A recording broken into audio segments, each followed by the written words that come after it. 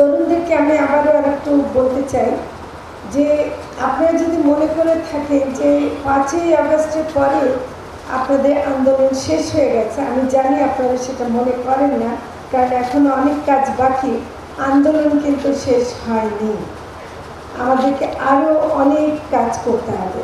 এবং এই রমজান মাসে আমি আপনাদেরকে একটা বিশেষ অনুরোধ করতে চাই, বাজারে যারা অহেতুকভাবে অন্যায়ভাবে খাদ্যদ্রব্যের দাম বাড়ায় তাদের বিরুদ্ধে আপনারাও সোচ্চার হবেন এবং তাদেরকেও আপনারাও তাদেরকে গিয়ে ধরবেন যে তারা এটা করতে পারেন না। আমরা যখন নাকি আজকে আমাদের প্রাইভেট সেক্টরে যারা দিচ্ছেন ওরা তো এখানে দিতে পারছেন, যেমন আমাদের দুগ্ধ উৎপাদনকারী সমবায় ইউনিয়ন লিমিটেড আজকে আমাদের সাথে এসছেন, তারপর আমাদের Bangladesh poultry industries central council, Bangladesh dairy and fattening farmers association, তারা কিন্তু তাদের তো পণ্য আমাদের কাছে দিচ্ছেন এবং আমি তাদেরকে ধন্যবাদ জানাই যে এখানে যে একটা সাশ্রয়ী মূল্যে দেওয়ার ব্যাপারটা আছে, তারপরেও তারা সেটা আমাদেরকে করার জন্য রাজি হয়েছেন। কিন্তু আমি বলতে চাই, মিডিয়াকে অনুরোধ করতে চাই যে বাজারে স্বাস্থ্যকর অল টাইম হানিকম, সব সময় অল টাইম হেলদি লাইফ। অন্যায়ভাবে যারা দাম বাড়াবে তাদেরকে কোনো ছাড় দেওয়া যাবে না।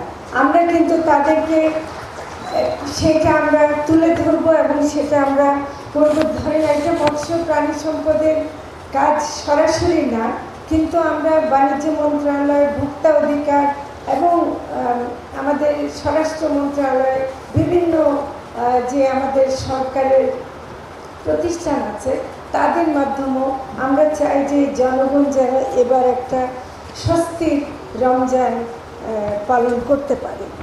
আমি আরও যেটা বলতে চাই যে নিম্নবিত্ত মানুষের, দেখেন নিম্নবিত্ত মানুষ, সাধারণ মানুষ খেতে পায় নাই, কিন্তু জুলাই আন্দোলনের সময় আমি দেখছি যে একটা সাধারণ দোকানদার, একটা ফল বিক্রেতা, একটা ভ্রাম্যমাণ নিয়ে বিক্রি করে, একটা রিক্সাওয়ালা, তারা কিন্তু নেমে পড়েছিল।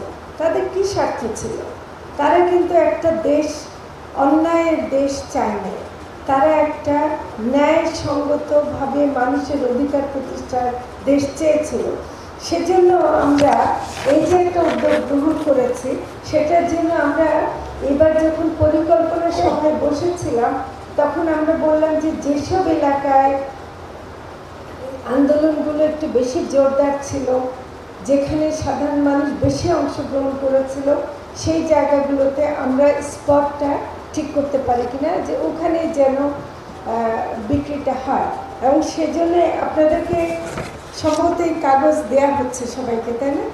যেহেতু আমি সেজন্য আর 25টা জায়গার নাম বললাম না, আর যদি চান যে আমি বলতে পারি তো আমি কি বলবো, 25টা দরকার, তাহলে সেই জায়গাগুলোতে আমরা বিশেষ করে ভেবেছি যে যেখানে নাকি সাধারণ মানুষ তাদের জীবন বাজি রেখে অবদান রেখেছিলেন এবং সেখানে নিম্নবিত্তরা আছেন। আমাদের ডিএনসিসির প্রশাসক আরও কিছু এলাকার কথা বললেন।